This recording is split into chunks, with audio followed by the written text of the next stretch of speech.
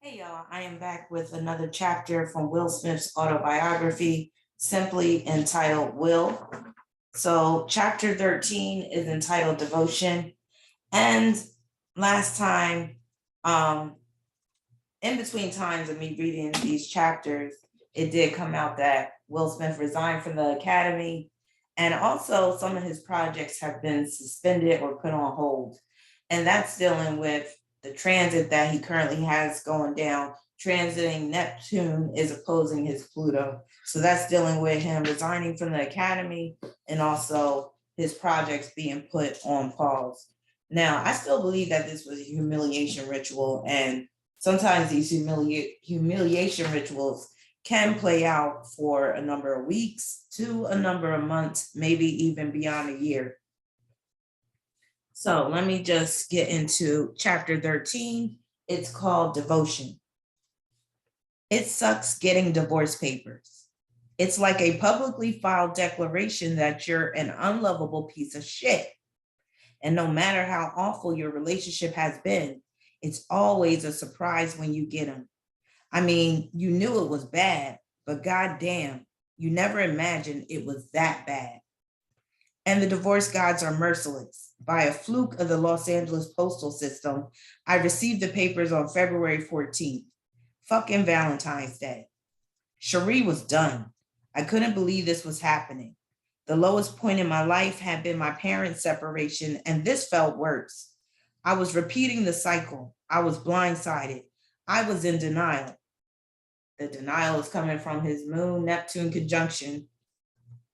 I was furious, and I was saddling my son with the same burden that had pushed me to contemplating taking my own life. Cherie said that I wasn't in love with her. I was in love with the idea of her and what I believed a wife should be like. So that's moon conjoined to Neptune, because that could deal with him envisioning the perfect wife, with it being in the sixth house, moon ruling that third house, that's being the idea. And she was right. Cherie used to call herself my placeholder wife, the woman who was supposed to check the box of wife in Will Smith's perfect life. Cherie and I had recently bought a house in Encino that was being renovated.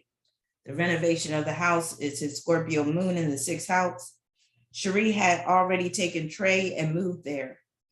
I felt like she was ruining my life, destroying my family. That's the Scorpio moon as well. I had silently promised myself that I would never let this happen. And here I was, not even 30 years old, and my family was being destroyed. I felt like I was dying. Again, his Scorpio moon. I called Quincy. Hey, Philly, what's going on? He said. Cherie filed for divorce. Shit, he said. How you doing? I'm hurt, man. Lawyers and shit. I don't even want a divorce. I've been there, brother. Quincy interrupted. Let me give you some advice. I leaned into the pause. I never needed a good word like I did at that moment. Give that woman half your shit and move on with your life, Quincy said. Huh? All my divorces took place in one day. As soon as somebody act like they don't want to be with me, they can just take half of this shit and let the doorknob heal. And let me tell you some shit you're not going to believe right now. He brought his voice down like Morpheus, trying to make sure I can handle the red pill. Y'all gonna be together every fucking Christmas anyway, he said. When you have kids with somebody, you're stuck. Quincy had been divorced 3 times. Man, I got an ex-wife across the street. I got another ex-wife a block away. I got kids in 3 different houses. We're still family. They think divorcing your ass will get them away from you. It won't. You're going to be on billboards and commercials and shit all the time. Give that woman half. Tell her you'll see her on Christmas Eve and move on with your life. You're going to make all that money back next year anyway. Just write the damn check and move on. This wasn't exactly what I'd been hoping to hear. I wanted him to tell me how to fix it, how to make me keep her promise. I thought there were only 2 options. You complete the mission or you die. Where the fuck did the third option of quitting come from? and half a thriller is a lot. I would never have gotten married if I thought divorce was an option. If quitting is a possibility, everyone will pick that. It's the easiest one. Who wouldn't pick not running at 5 a.m. over running at 5 a.m.? If quitting is an option, you'll never finish anything hard.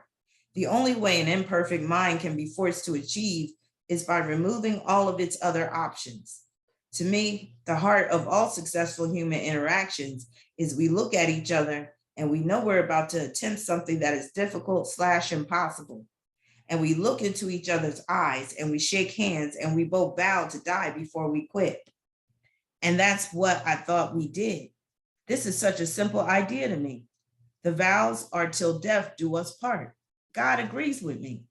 The vow is not to your partner. The vow is to the weakest part of yourself. How could you not quit if that's one of the options? The reason you say you're going to do it or die is because death is what happens when you don't do it. You notice he's very focused on this death thing. You either do it or you die. That's that Scorpio influence. Your mind is trying to protect you from hard things, to defend you from pain. The problem is all your dreams are on the other side of pain and difficulty. So a mind that tries to seek pleasure and comfort and the easy way inadvertently poisons its dreams. Your mind becomes a barrier to your dreams, an internal enemy. If it was easy, everybody would do it. The reason we make vows is because we know we're about to do a hell walk. You don't have to vow to do easy things. No one ever said, I vow to eat every ounce of this creme brulee. I swear to the wide heavens that I will not leave one speck on my plate. And I vowed to skip my run tomorrow morning, and I vowed to sleep in. We wouldn't need to make vows if it was that easy. The reason the vows are so extreme in sickness and in health, till death do us part, is because life is so extreme. Nothing else can keep us there. That's the point of devotion. I'm not against divorce, and I'm not against surrendering in a battle, but it has to be at the end of the battle. Not while you're putting your armor on, not the first scary moment, not the first casualty. In my experience, most people get divorced too soon, before they've extracted the lessons that will keep them from doing the exact same things in their next relationships. I'm still not totally sure what I was thinking. Maybe it was pain. Maybe it was delirium. Maybe I wasn't thinking at all. Maybe I didn't need to think because I was clear. I could see the North Star through the fog. On February 19th, only 5 days after I received my divorce papers, I called Jada. I hadn't seen her or heard from her in months. The phone seemed to ring forever. Click. Hello? What up, Jada? It's Will. Hey, she said. Her voice seemed to still echo with the magic of our night at the baked potato. How you doing? I'm good. Better now that I'm talking to you. In hindsight, I probably could have given her a little more context or warning. Hey, are you seeing anybody? I said. Jada hesitated, partly stunned, partly confused. No, why? Cool, you're seeing me now,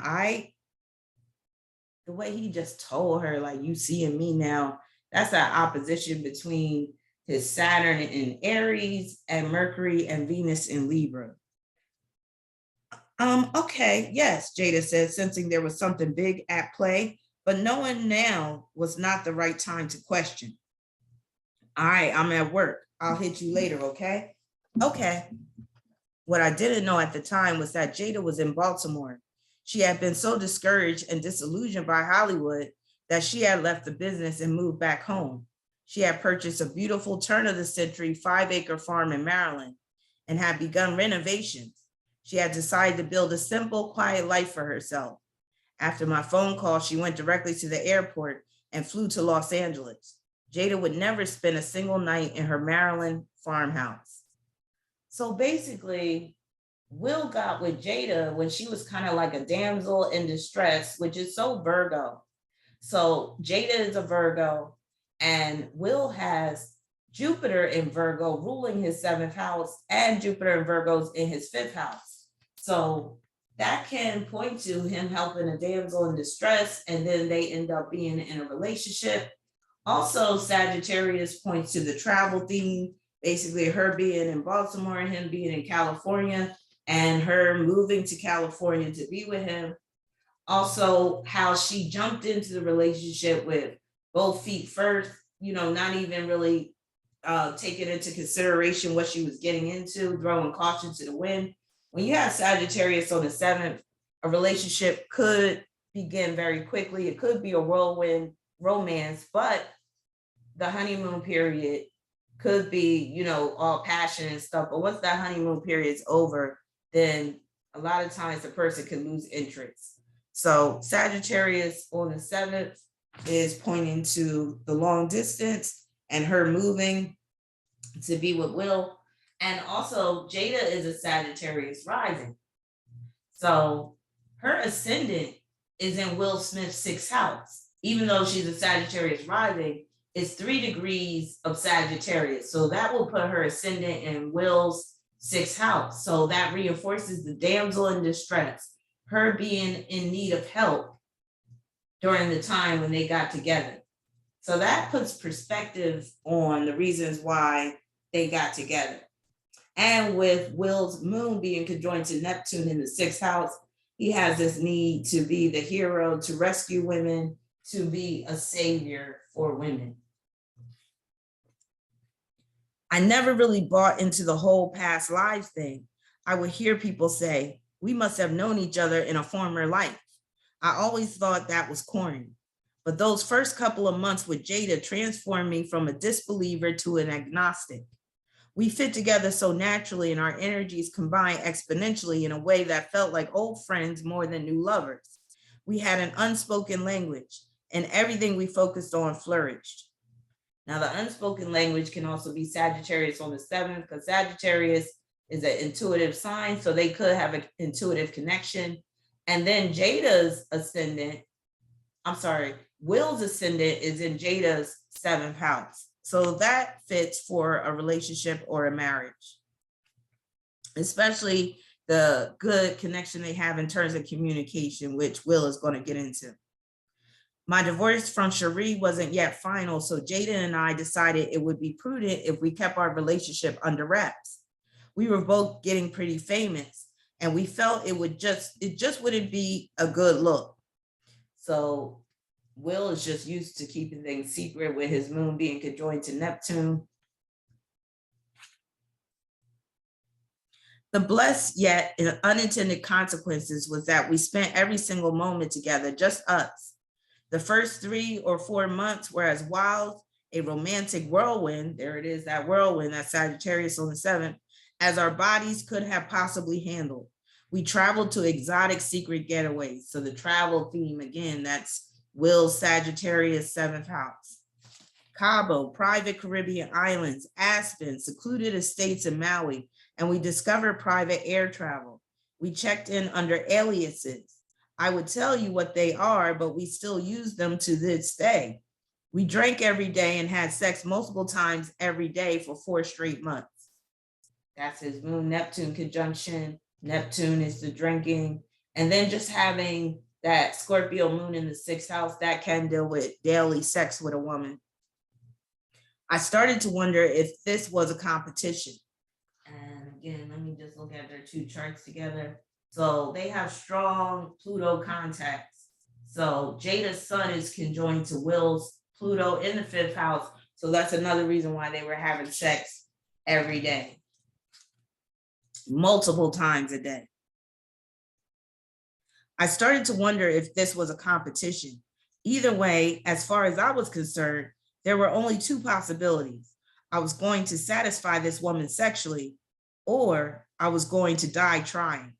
And that's Will's Jupiter conjoined to Pluto in his 5th house with Jupiter ruling the 7th. That's also his Scorpio moon. And Jada has a lot of planets in his 5th house. So that could deal with a very vibrant sex life. But it also has other implications as well, such as Will's lack of free will in this marriage. But the heart and soul of our union was then and is today intense, luminescent conversation. So again, Jada has Gemini on her 7th house cusp, and it's basically lining up with Will's ascendant. So Will's ascendant is in Jada's 7th house, so that communication theme is very strong. Even to the writing of this very sentence, if Jada and I begin a conversation, it is a minimal 2-hour endeavor. And it is not uncommon that we talk for 5 or 6 hours at a stretch. Now, Jada's Mercury is in Virgo and is conjoined to Will's Mars. It's a wide conjunction, but it still counts. So that could deal with a lot of communication, and especially candid communication, because that's 4th house. Our joy of pondering and perusing the mysteries of the universe through the mirror of each other's experience is unbridled ecstasy. That's that moon conjunct Neptune with the moon rule in the 3rd house. Even in the depths of disagreement, there is nothing in this world that either of us more cherishes or enjoys than the opportunity to grow and learn from each other through passionate communication. Passionate communication, that's Jada's Mercury conjoined to Will's Mars. Ring. Hello. Hey, lover boy. Hey, Gigi, how you doing? I said. Oh, I'm good. Now, Gigi is Will Smith's grandmother, and she calls him lover boy. And that points to Will's Jupiter being in the 5th house, ruling the 7th, because that 7th house is representing his maternal grandmother, Gigi. Oh, I'm good. Do you have something you want to say to me? Gigi asked, leading the witness. I had no idea what she was getting at. This was unlike our normal interactions. Clearly, she had something on her mind. I don't think so, I said cautiously as I ran through all the shit I might have done. Do I? Well, somebody said you have a new girlfriend that you've had for a long time. Damn it, my sister Ellen. Well, nah, yeah, but we're keeping secrets from each other now? She asked, melting all my defenses. Well, no, Gigi, somebody said she's an actress. Gigi, somebody is Ellen. Ellen's the only person who would be telling you all my business. And having a sister that's all concerned about the woman that he's seeing, that's Cancer on the 3rd house is sibling. My sister Ellen stays in the mix. She always has. Every party, every piece of gossip, every rumor. She's the girl on the block that when something happens, she has the scoop. If she worked for the police department, she would drop crime by 40% in her first week. She knows everything about everybody at all times. Ellen also happened to be a huge Jada Pinkett fan. Ellen is Peaches from A Low Down Dirty Shame. She couldn't believe I was hiding Jada from the family, so she told on me. I'm not keeping secrets, Gigi. Okay, well, you could just send me a plane ticket and I'll come out and meet her tomorrow. Okay, yes, Gigi, I love you. I'll see you tomorrow. Love you too. Click. This next story has been a bone of contention between Jada and me for more than 2 decades. It's been so contentious that I considered leaving it out of this book altogether. But I decided to let you, dear reader, settle our dispute once and for all. So please clear your minds. You have been chosen as the Supreme Court of this story. The question to you, learned justices, is a simple one. Is this prank funny or not funny? So Will pranking his partner, that's Sagittarius on the 7th. Sagittarius is a prankster. Gigi arrived in sunny Los Angeles early the next morning and came directly to my house. I had just purchased a new place in Westlake Village, a suburb about an hour northwest of LA. We had breakfast together. She loved the house. I could tell more than anything that she just wanted to make sure I was okay. Jada was working that day, so her plan was that she would run to her house when she got off, freshen up, and then head to my house to meet my Gigi. Jada had heard all the stories about Gigi that you've been reading in this book, and she was so excited to finally get to know my grandmother. Gigi wasn't a big movie fan, and she didn't know who Jada Pinkett was. So I decided to show Gigi one of Jada's most popular movies. At 3 p.m., Jada called me from her home in Studio City, which was exactly 44 minutes door to door from my spot. Will is very focused on numbers, and that's his Gemini rising. Hey, babe, are you leaving right now? I said. In about 15 minutes, Jada said. Okay, I'll see you when you get here. I love you. Jason's Lyric was Jada's current movie. The film is a beautiful love story between Lyric, played by Jada, and Jason, played by Alan Payne. At 63 minutes into Jason's Lyric, Jada has a graphic love scene that has become one of the most iconic love scenes in African American cinema. So when Jada said she was leaving her house in 15 minutes to take the 44-minute drive to my place, I pushed play on Jason's Lyric and Gigi started watching. 15 plus 44 is 59 minutes. And I trusted the comedy gods to do their part with traffic, parking, maybe a hug, and a kiss in the driveway. The comedic scene had been set. And boy, did the comedy gods come through. In a moment of unbelievable comedic synchronicity, Jada walked into my family room exactly 63 and a half minutes later to find Gigi summoning all the Jesus she could muster as Lyric and Jason rolled around butt naked on screen, not even socks on, outside on the grass. Jada freezes. She looks at Gigi, then to the screen, back to Gigi, horrified, then to me, back to the screen, to Gigi, to me. Gigi, I'd like you to meet my new girlfriend, Jada, I said, filled with so much joy I could barely stand.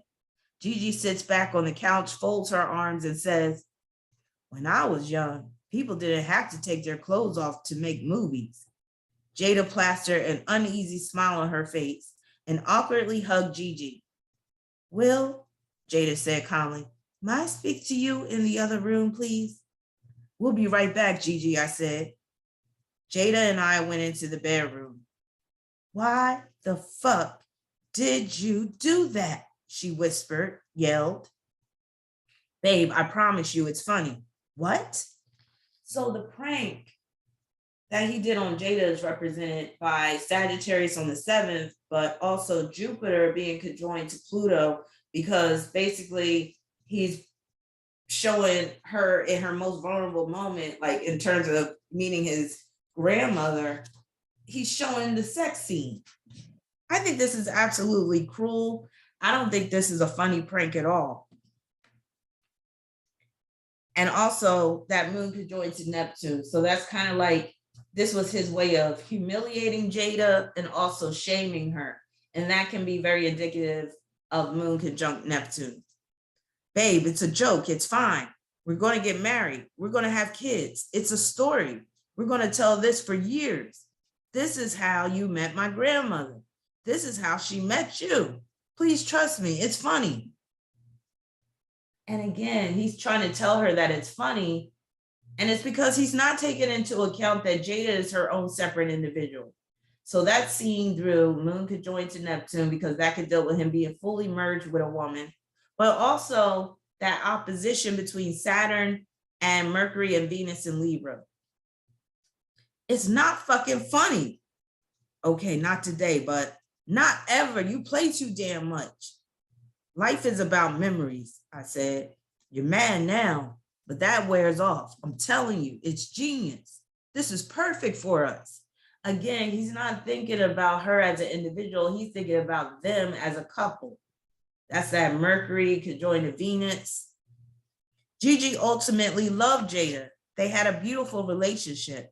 Years of joy and family laughter. Their bond was precious. It grew deeper and wider with every interaction. And it is my ardent belief that my orchestration of that initial meeting, the orchestration, that's that Mercury conjoined to Venus in the 6th house. The 6th house, that's the orchestration. So let me just repeat what I said. And it is my ardent belief that my orchestration of that initial meeting laid the foundation for their profound connection. So he's taking responsibility for their great connection. To this very moment, however, Jada has never even cracked a smile, not even the tiniest chuckle about the meeting, not even once.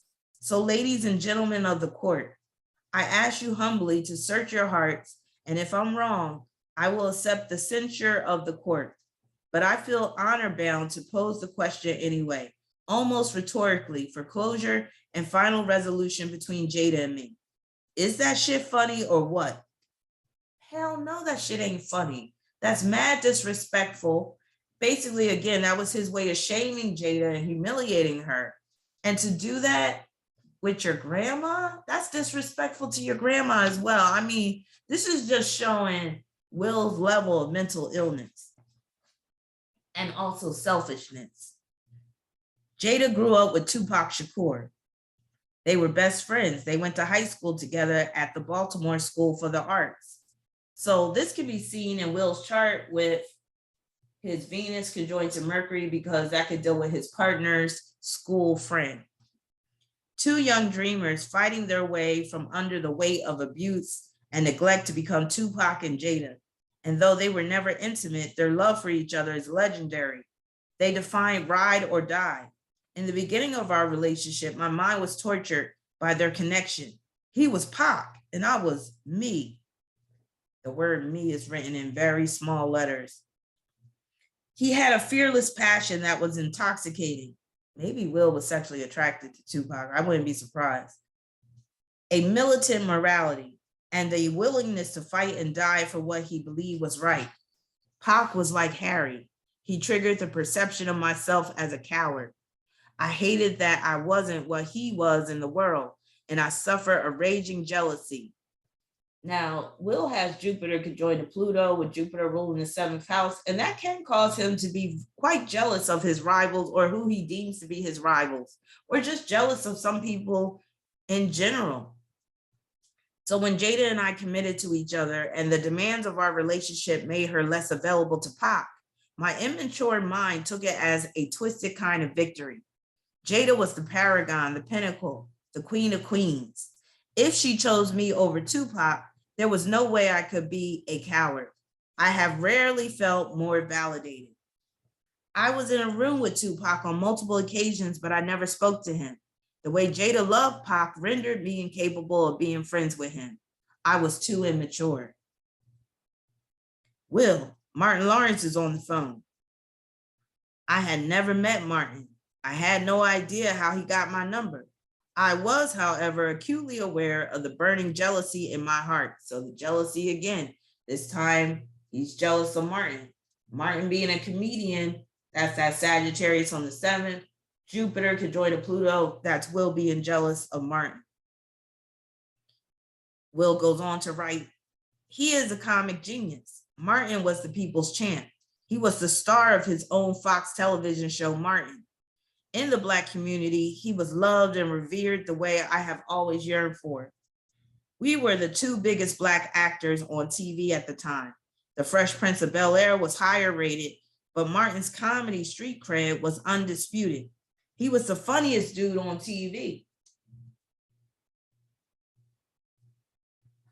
Let me just switch back to Will's chart. I study him day in and day out, his physical mannerisms, his vocal inflections, his scene structuring in my heart. I knew he was naturally funnier than me, and I hated it. Marty Mar, Big Willie. I'm not sure you could actually love somebody forever from 6 seconds of a first phone call, but for some reason, we couldn't stop laughing just from hearing each other say each other's names. For nearly 3 decades, we have greeted each other identically and laughed every single time. Marty Mar, Big Willie. He invited me to dinner at his Beverly Hills mansion. Martin was also born and raised on the East Coast, just outside DC. And the second I walked in, I was all the way at home. His sisters are just like my sisters. His brother is just like my brother. His friends have Jeff, JL, Omar, and Charlie Mack written all over them. We understood each other from the jump. I got this script I love, Martin said. It's produced by Don Simpson and Jerry Bruckheimer. It's called Bad Boys. I was going to reach out to try to do it with Eddie, but my sister said, hell no, you got to do that with Will. And I thought about it. Look at what we've been able to do separately. Can you imagine what would happen if we collab? So collaborate with a comedian, that's his Jupiter conjoined to Pluto with Jupiter ruling that seventh house through Sagittarius. Word, I said, that could be crazy. What's the story about? It's about two cops in Miami who have to change roles in their lives to solve a murder. One of the cops is married with kids, a family man. The other is a rich playboy. You can read the script and see which role you want to play. The words and the scenes aren't totally there yet, but if we get in there together, we can freak this joint. I'll read it immediately, but even if this is not the one, we definitely go and work together. Don't give me that Hollywood shit, Big Willie. We gonna make this movie or not? We both cracked up. Oh, so I don't get to read it, huh? I said, ain't none of the words right. We gotta dive in and fix it. Listen to me. The two biggest Black actors on television come together to make a big-time Hollywood movie. People will lose their minds. Come on, Big Willie, don't miss the boat.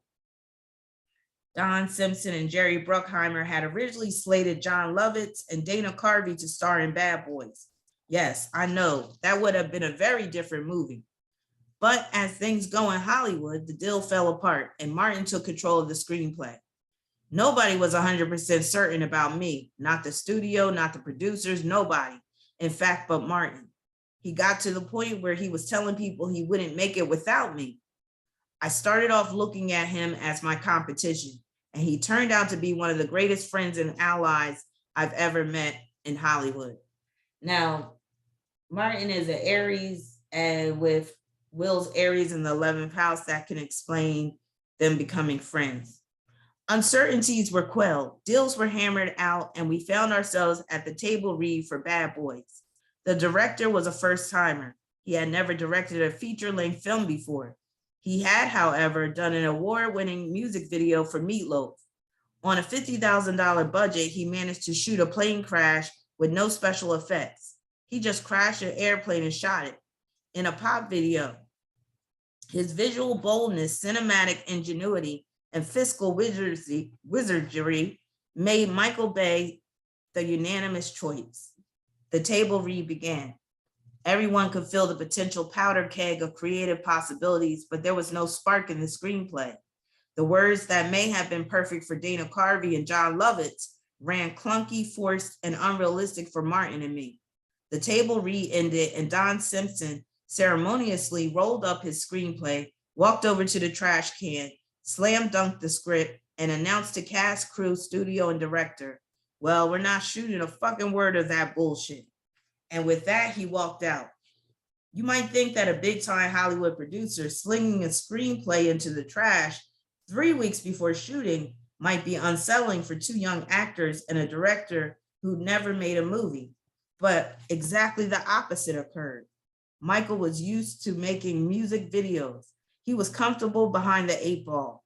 He never had enough money. He never had enough time. And he always had to improvise. Martin and I were from the world of television. We were used to making up everything we said anyway. We were used to getting pages 5 minutes before a scene. We were used to scrambling and ad-libbing and trying to catch lightning in a bottle. In a way, Don Simpson throwing out the screenplay set us free. It was both a challenge and an invitation. We all combined our collective resources. Don and Jerry grabbed seasoned writers from the Hollywood network. Martin and I pulled in the top dogs from our TV and stand-up teams. Michael Bay secured a nimble crew that knew how to run and gun. We would shoot during the day and then work together every night to create the next day's work. Martin and I had so much chemistry that Michael eventually stopped concerning himself with the specifics of the dialogue. After a while, he simply trusted that Martin and I would show up with something great. One day on set, everyone was sitting around waiting while Martin and I were taking a long time to figure out exactly what we wanted to say in the scene.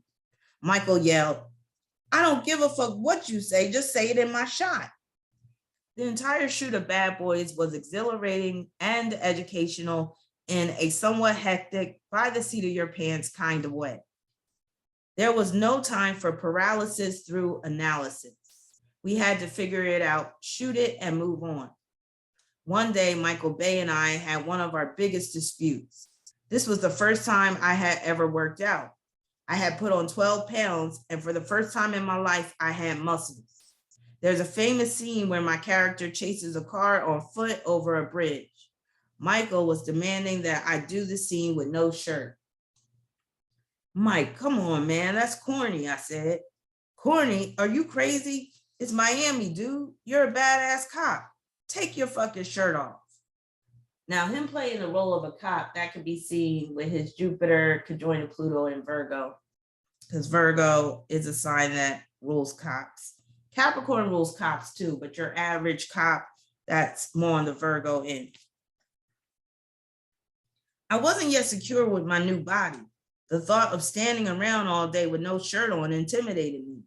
Mike, I hate when I see that in movies, I said. The dude just all greased up, pretending like it's natural to be in an abandoned church with shafts of light and doves and shit and no shirt on. You're wrong, you're wrong, you're wrong, Michael yelled. No shirt, dude, just take it off. Trust me and do what I say. I'm trying to make you a superhero. Superhero theme, moon conjoined to Neptune. It's not that big a deal. Just let me do a tight t-shirt, I said. We've seen that whole movie. This is your breakout. We ultimately landed on a compromise. I would wear a shirt, but it had to be unbuttoned. I felt like I wasn't completely naked and vulnerable, and Michael knew that the shirt would billow like a cape when I ran. The scene was set. What I hadn't told anyone was that I had secretly been training with the UCLA track coach. So his secret training, that's moon conjoined to Neptune in the 6th house in Scorpio. For my whole childhood, I had hated how actors ran in movies. Other than Carl Weathers on the beach with Sly in Rocky III, I cannot name a single scene from a film where I thought that an actor looked badass running. And I promised myself that the first time I ran on camera, I was going to look like Carl Lewis. I had trained high knees, high elbows for 4 months. I was ready. We set for the first pass. Michael yelled, action. A Bronco storms across the Miami footbridge, and in the distance, Mike Lowry, full stride, looking like an Olympic sprinter, comes into frame. 200-yard sprint, top speed, elbows back, knees up, gun in hand, shirt billowing out behind. Cut! Michael Bay charges across the street, grinning like a 12-year-old boy who just found his father's Playboy stash. I'm winded. I give it all I had. Hands on my knees, hunched over, catching my breath. As Michael approaches, I slowly stand up. How'd it look? I ask. He smacks me on my bare chest and screams at the top of his lungs. I just made you a fucking movie star. My divorce process was long, silly, and unnecessarily tedious.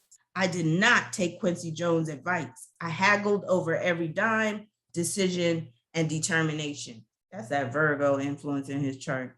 It's amazing how quickly and grotesquely love dissolves into litigation.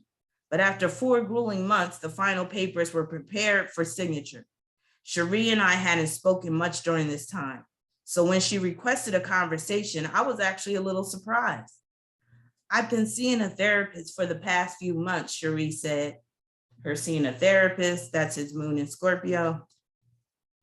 I was trying to figure out how to make all of this less painful for all of us. And I've been taking a really honest look at myself. I said, waiting for the shoe to drop.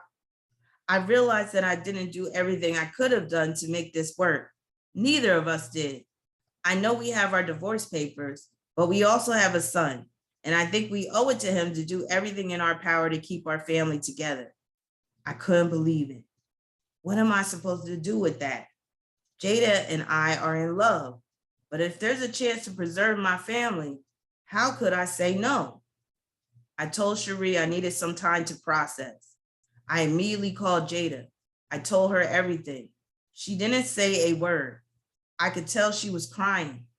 The restraining of her sniffles and tears made them all the more agonizing to hear. They were probably tears of joy. She steadied her breath, collecting herself. She cleared her throat, and then she spoke. Cherie is right. When you have a child with someone, It is your responsibility to do everything you can to create a loving home for them. I grew up without both of my parents. I love you and I'm devastated, but I will never do that to Trey. You and Cherie need to figure it out. I was overwhelmed by Jada's selflessness, the willingness to put her own needs aside to do what she felt was right. Through tears and a broken heart, she found resolve and loving kindness. I picked up a pen and I signed my divorce papers. And that concludes chapter 13, Devotion. Stay tuned for chapter 14. It's called Boom. So that's going to be interesting. I think he's going to talk about Independence Day in chapter 14, but we finally get to the part where he is with Jada. He's divorced Cherie, or Cherie divorced him. And now hopefully we'll get into some nitty gritty about their marriage and the kids and all that. But Will is being very selective in terms of the information, the details that he is revealing. And that is very much indicative of his Mars in Virgo squaring his Gemini ascendant. So yeah, we can't expect him to reveal too much. But the main part of chapter 13 for me was that prank that he pulled on Jada. And to me, that speaks volumes about his mental health issues. And again, the fact that he's just very selfish and he doesn't view other people as their own individuals that have their own wants and needs and, so forth. So stay tuned for chapter 14.